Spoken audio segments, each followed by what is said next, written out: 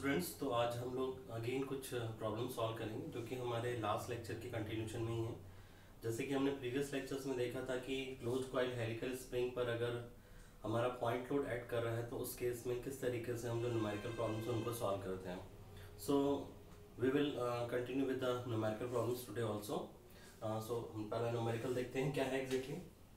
For a closed coil helical spring subjected to an axial load of 3 kilonewton 300 Newton having 12 coils of wire diameter 16 mm and made with coil diameter of 250 mm.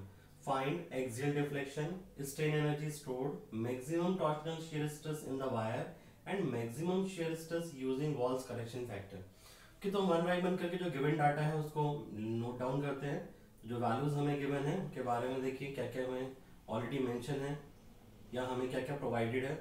एक helix angle जिसपे axial load है, axial load यानी कि जिसको हमने capital W से denote किया था which is 300 newton and having 12 coils यानी कि number of coils small n से जिसको हम डिनोट करते हैं these are 12 and the wire diameter means small d value which is equal to 16 mm and made with a coil diameter of 250 mm। Coil diameter का यहाँ पे मतलब है बेसिकली जो हम average diameter of the spring की बात करते हैं या स्प्रिंग के एवरेज डायमीटर की जो बात करते हैं वो है ये विच इज 250 mm यानी कि कैपिटल D हमको भी 50 mm जो है वो गिवन है।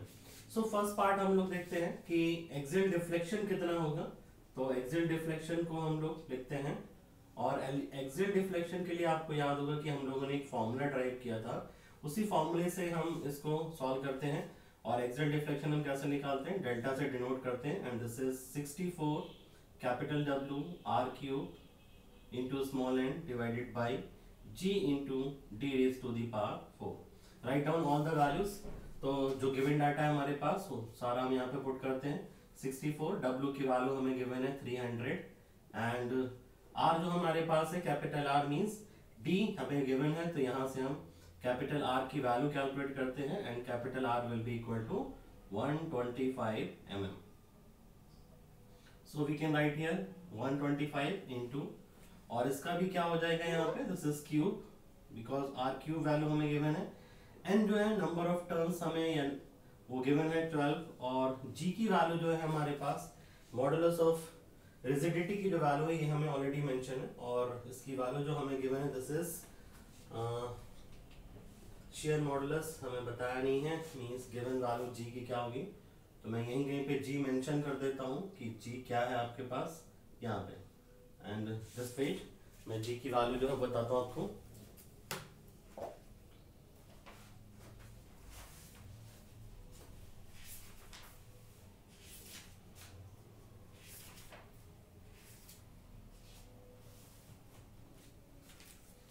and this G is given as 80 gigapascal. This is 80 gigapascal. Okay, तो हमने यहाँ पे G की वैल्यू को पुट किया, दिस इज 80 इंटू गीगापास्कल में है 10 to the power 3 into small d यानी कि 16 टू द पावर 4 और जब आप इसे सॉल्व करेंगे you will get delta S जो कि मैंने ऑलरेडी सॉल्व कर रखा है, तो मैं यहाँ पे वैल्यू को लिखता हूँ this is 85.83 mm. So this is our answer and second part जो हमसे पूछा गया है which is strain energy stored in the spring. तो बेसिकली स्ट्रेन एनर्जी जो है उसको हम कैसे लिखते हैं और strain energy is given by which we denote by U equal to half W into delta.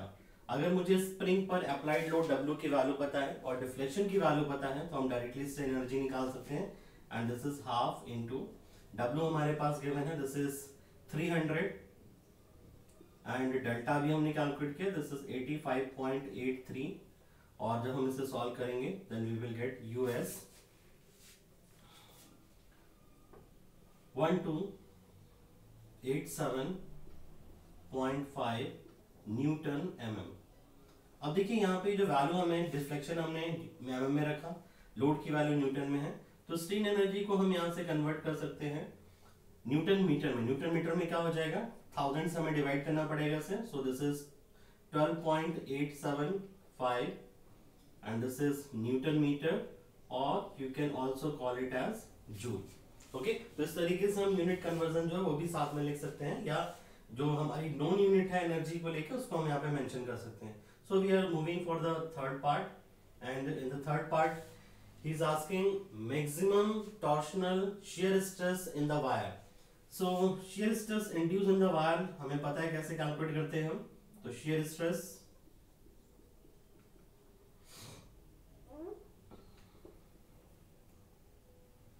tau की value, and this is 16W into capital R divided by pi dq. ये हमें पता है, तो टाउ की वैल्यू हम यहाँ से निकाल सकते हैं. दिस इज 16, W हमें ऑलरेडी मेंशन है 300 न्यूटन, और कैपिटल R की वैल्यू हमारे पास है 125, and pi as it is हमने रहने दिया. और D की जो वैल्यू है इसको हम यहाँ पे पुट कर सकते हैं, small d which is 16 mm, और D क्यूब है, और जब हम इसे सॉल्व करेंगे we will get tau as 46.627 mega pascal. ठीक है, ध्यान रखिएगा मेगा पास्कल या न्यूटन पर mm square, both are the similar things. So ये तो हमारे पास टाउ की वैल्यू हो गई. और ध्यान रखना जब कैलकुलेटर में यूटिलाइज करते हैं तो पाई की वैल्यू को यहाँ पे 3.14 या 22/7 पुट करने की जरूरत नहीं है. डायरेक्टली कैलकुलेटर्स में आपको पाई मेंशन होता है. ठीक है, शिफ्ट बटन यूटिलाइज करके आप पाई को यूज कर सकते हैं और उसी इसको सॉल्व करेंगे.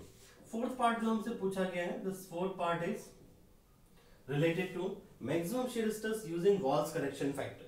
ठीक है ना, तो टाउ मैक्स की वैल्यू यहाँ पे हम बोल सकते हैं मैक्सिमम shear stress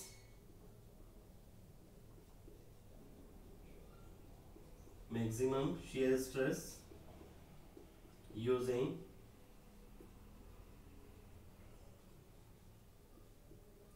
walls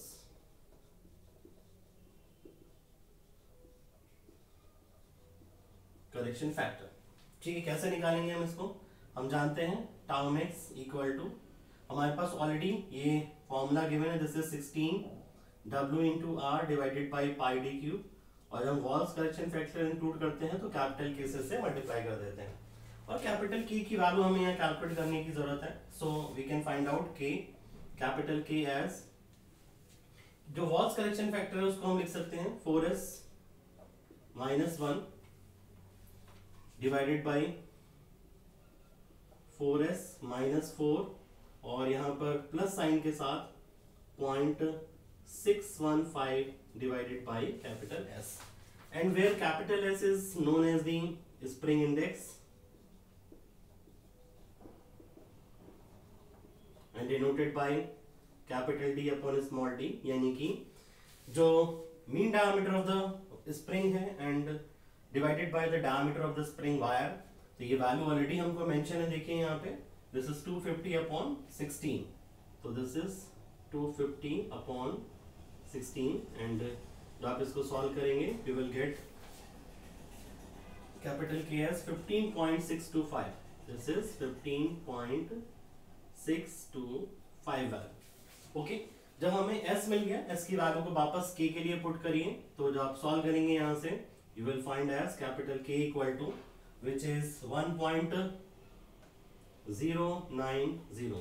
जैसे आपको K मिल गया तो आप टाउ मैक्स की वैल्यू को फाइंड आउट कर सकते हैं. ऑलरेडी ये वैल्यू आपको क्या नोट कर रहा है, this is nothing but this is tau जो हमने ऊपर मेंशन कर रखा है. तो हमने इस वैल्यू को as it is already calculated है, तो हमने यहाँ पे रखा 46.627 एंड मल्टीप्लाइड बाई 1.090, और जब हम इसे सॉल्व करेंगे you will get the answer as tau max जो हमको मिलेगा यहाँ पे, this is 50.83 mega pascal. So इस तरीके से हमें देखा, चारों पार्ट हमने सॉल्व किए, and all the 4 parts are directly based on the numerical on the formula. और अगर आप ध्यान रखें तो इम्पोर्टेंट क्वेश्चन है, and this type of questions were asked 2 times of your university examinations in the previous years. So इस तरीके के क्वेश्चन ही जो होते हैं वो नॉर्मली हमसे पूछे जाते हैं. So आप अगेन वीडियो को पॉज करके इस न्यूमेरिकल को दोबारा देखें और अपने आप सॉल्व करने की कोशिश करिए. इसके बाद हम लोग बढ़ते हैं फिर नेक्स्ट न्यूमेरिकल की तरफ, हम कैसे सॉल्व करेंगे. अगेन एक अच्छा न्यूमेरिकल है ये, थोड़ा सा कॉन्सेप्ट आपके क्लियर हो तो आप आसानी से इसको कर सकते हैं. तो हम बात करते हैं इसको. A railway wagon weighing 40 kilo newton एक रेलवे का वैगन है तो उसका वेट जो है, ठीक है ना, तो हम इसको यहाँ पे कुछ W मेंशन कर देते हैं। This is 40 kilo Newton. ध्यान रखिएगा ये एक्सियल टेंसाइल लोड नहीं है किसी स्प्रिंग के ऊपर, and moving with the speed of 8 kilometre per hour. जो स्पीड है उस पर्टिकुलर व्हीकल की, दिस इज, या कह सकते हैं जो रेलवे का वैगन है, this is 8 kilometre per hour, 8 kilometre per hour. तो इस 8 किलोमीटर पर आवर को हम क्या कर सकते हैं, न्यूटन में मीटर पर सेकंड में कन्वर्ट कर सकते हैं, और इस किलो न्यूटन को हमने क्या करा, न्यूटन में कन्वर्ट कर दिया, तो उसको 10 टू द पावर 3 से मल्टीप्लाई किया। और इस v को अगर हमें कन्वर्ट करना है मीटर पर सेकंड में, ध्यान रखिएगा these two things are different. 8 into, हमें मालूम है कि अगर हम इसको 5/18 से डायरेक्टली डिवाइड कर देते हैं तो ये वैल्यू क्या हो जाएगी हमारी, मीटर पर सेकंड में कन्वर्ट हो जाएगी। और जब आप इसको सॉल्व करेंगे v के लिए मीटर पर सेकंड के लिए, you will get the answer is 2.22 metre per second. Okay, इसी तरीके से हमारे पास देखते हैं और क्या गिवन है।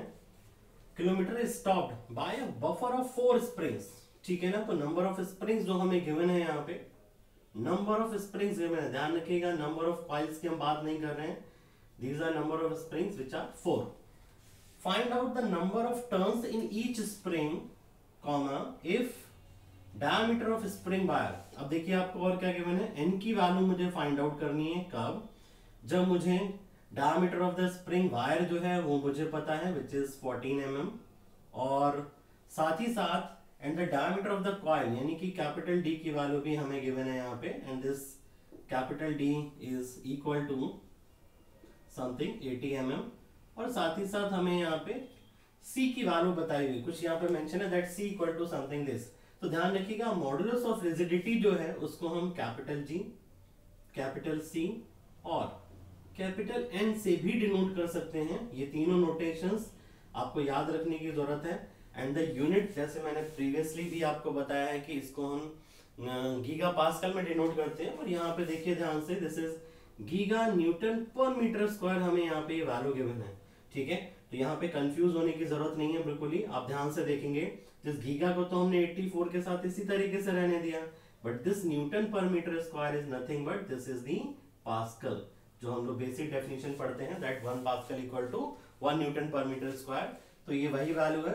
तो यहाँ पे जस्ट आपको थोड़ा सा कंफ्यूज करने के लिए वैल्यू गिवन है इस तरीके से, ठीक है। तो कैसे हम इसको कन्वर्ट कर सकते हैं वो हमने सीखा है यहाँ पे। और ये नोटेशंस ध्यान रखिएगा, बेसिकली जी और सी जो है they are most common for modulus of rigidity जो हम बोलते हैं, कभी कभी इसको शेयर मॉडुलस भी बोल देते हैं, ये भी चीज आपको ध्यान रखने की जरूरत है।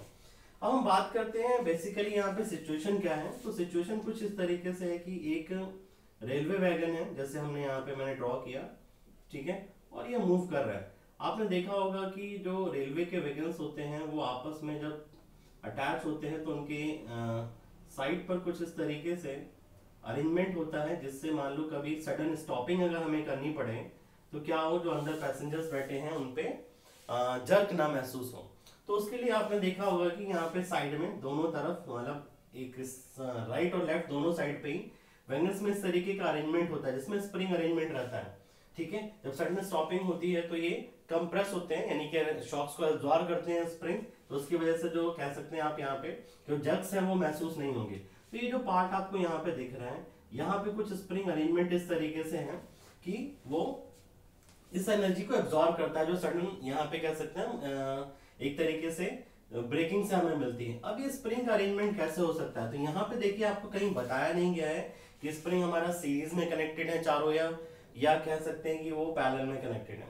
तो आपको याद होगा कि हम लोगों ने क्लास में जो थ्योरेटिकल पार्ट पढ़ा था वहां देखा था कि अगर स्प्रिंग्स पैरेलल में कनेक्टेड हैं तो आप देखेंगे कि जो लोड होता है दोनों स्प्रिंग्स के अंदर, that is the total load is the sum of the load taken by the individual springs. और साथ ही साथ हमने ये भी देखा था कि जो कंप्रेशन होगा या एक्सटेंशन होगा, जितने भी पैरेलल कॉम्बिनेशन में स्प्रिंग लगे उनमें सिमिलर होगा। यहाँ पे अगर हम ये सारे कंक्लूजन देखें तो उस हिसाब से हमें पता लगता है कि यहाँ पे जो ये 4 स्प्रिंग्स लगे होने चाहिए, they should be in exactly parallel mode. तो हमने कुछ इस तरीके से उनको बना दिया, ठीक है। एग्जैक्ट सिचुएशन हमें नहीं पता है, बट हम एक थोड़ा सा अज्यूम कर सकते हैं कि इस तरीके से ये स्प्रिंग अरेंजमेंट हो सकता है। 4 स्प्रिंग्स का बफर बोला है, this is the buffer of the 4 springs जो इसके अंदर यहाँ पे मेंशन है। सो हमसे पूछा है एक स्प्रिंग के लिए, तो हमें मालूम है कि जब ये स्टॉप होगा तो टोटल एनर्जी जो है that will be absorbed by the 4 springs. तो हम यहाँ पे बात करते हैं कि जो टोटल एनर्जी कौन सी एनर्जी को एब्जॉर्ब करेगा, जितनी काइनेटिक एनर्जी से वो मूव कर रहा होगा, जब हम ब्रेक लगाएंगे तभी उस जो कह सकते हैं कि जो एनर्जी थी वो सारी की सारी कहाँ पे यूटिलाइज हो जाएगी, इन स्प्रिंग्स में एब्जॉर्ब हो जाएगी। तो वही एनर्जी को कैलकुलेट करते हैं कि कितनी काइनेटिक एनर्जी है जो इस वैगन के साथ एसोसिएटेड है इनिशियली जब वो मोशन में है। तो हम बात करते हैं काइनेटिक एनर्जी। तो मैं यहाँ पे शॉर्ट में लिख रहा हूं के काइनेटिक एनर्जी एसोसिएटेड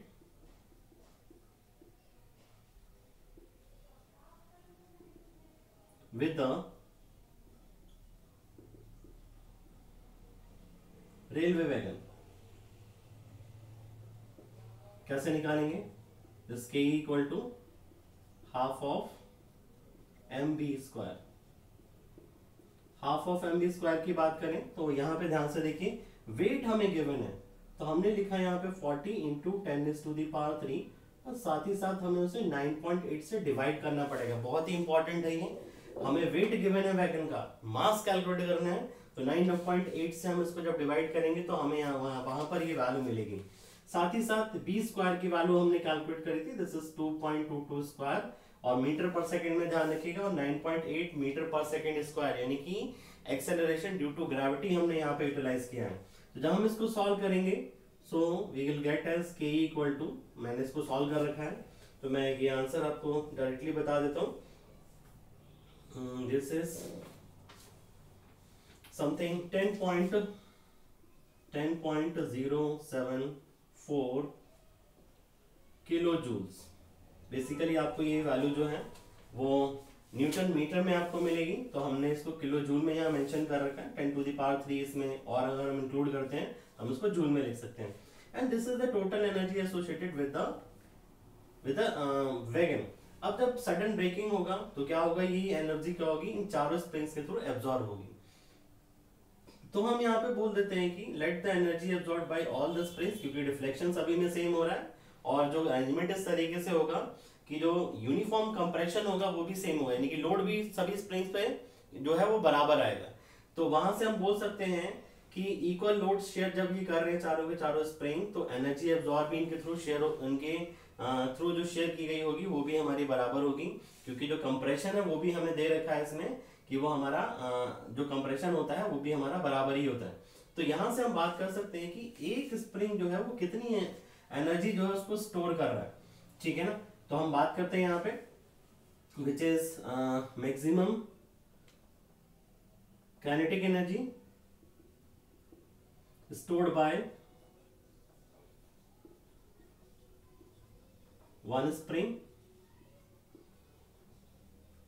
कितना हो जाएगा, दिस इज टोटल एनर्जी जो हमारे पास गिवन है 10.074, इसको 4 से डिवाइड कर दीजिए and when you will solve it this is 2.52, this is 2.52 kilo joule by the one spring. अब सपोज करो हमने यहाँ पे बोला कि late the load taken by the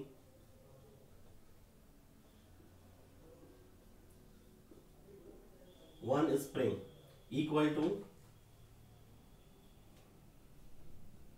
W1 something, okay. तो W1 न्यूटन में हम इसको बोल देते हैं, W1 न्यूटन है। तो अब हम यहां से देखें, हमारे पास energy stored by one spring दिया है, इसका मतलब क्या हुआ कि ये kinetic energy in the form of क्या स्ट्रेन एनर्जी के स्प्रिंग में स्टोर हो जाएगी।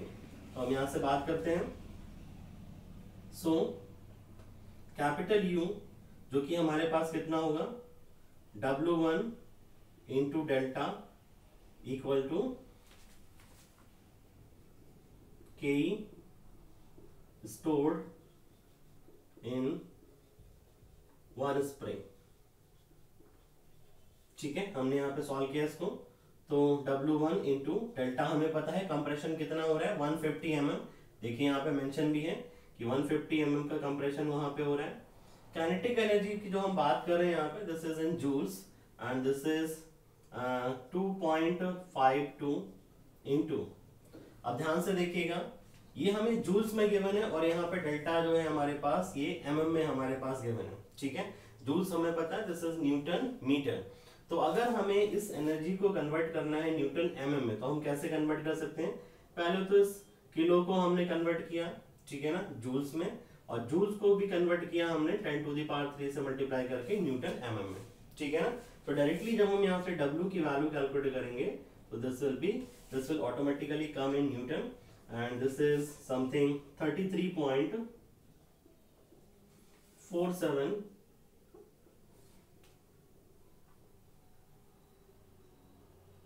into 10 to the power 3 Newton. Okay, or you can write this as W1 equal to 33.47 kilonewton.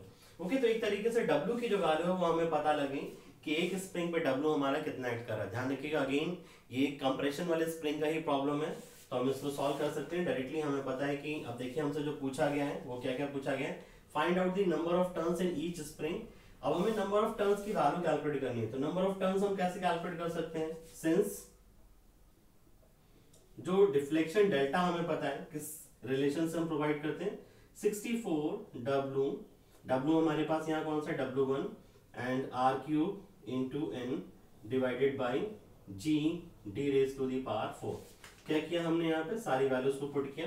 तो डेल्टा ऑलरेडी मुझे मेंशन है, this is 150 mm equal to 64 W हमारे पास, W1 हमने कैलकुलेट किया, this is 33.47 into 10 to the power 3, और capital R की value हमें पता है यहाँ पे somewhere this is mention, this is 80 mm जो है हमें कैपिटल D गिवन है, तो R की वैल्यू क्या हो जाएगी यहाँ से 40, यानी कि दिस इज क्यूब। N की वैल्यू हमें कैलकुलेट करनी है, और G मुझे मेंशन है, दिस इज 84 GPa, तो हमने 10 टू दी पावर 3 से मल्टीप्लाई किया, और स्मॉल d की वैल्यू भी मुझे पता है, दिस इज 14, और हमने लिखा है इसे 14 टू दी पावर 4।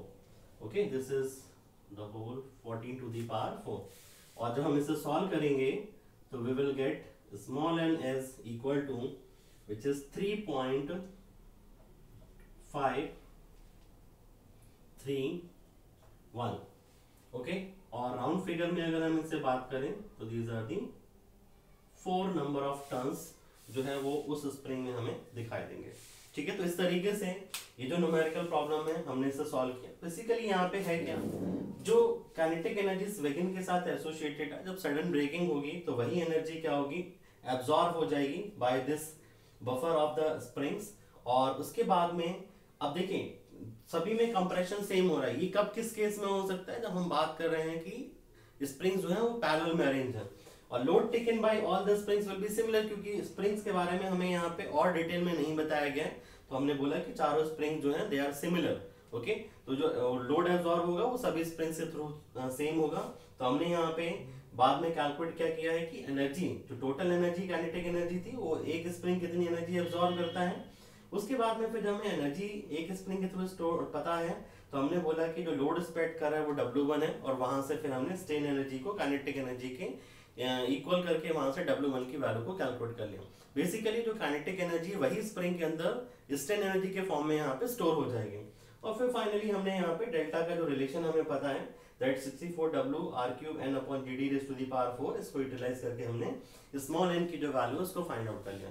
तो इस तरीके से जो न्यूमेरिकल प्रॉब्लम्स आज हम लोगों ने सॉल्व किए, these both the problems are important one, तो इनको ध्यान रखिएगा। वीडियो पॉज करके इसको आराम से अपने आप सॉल्व करिए, समझते हुए कि किस तरीके से हम इस क्वेश्चन को सॉल्व कर सकते हैं। तो आज के लिए हम लोग यहीं पे रखते हैं, नेक्स्ट क्लास में हम आगे बात करेंगे। Thank you.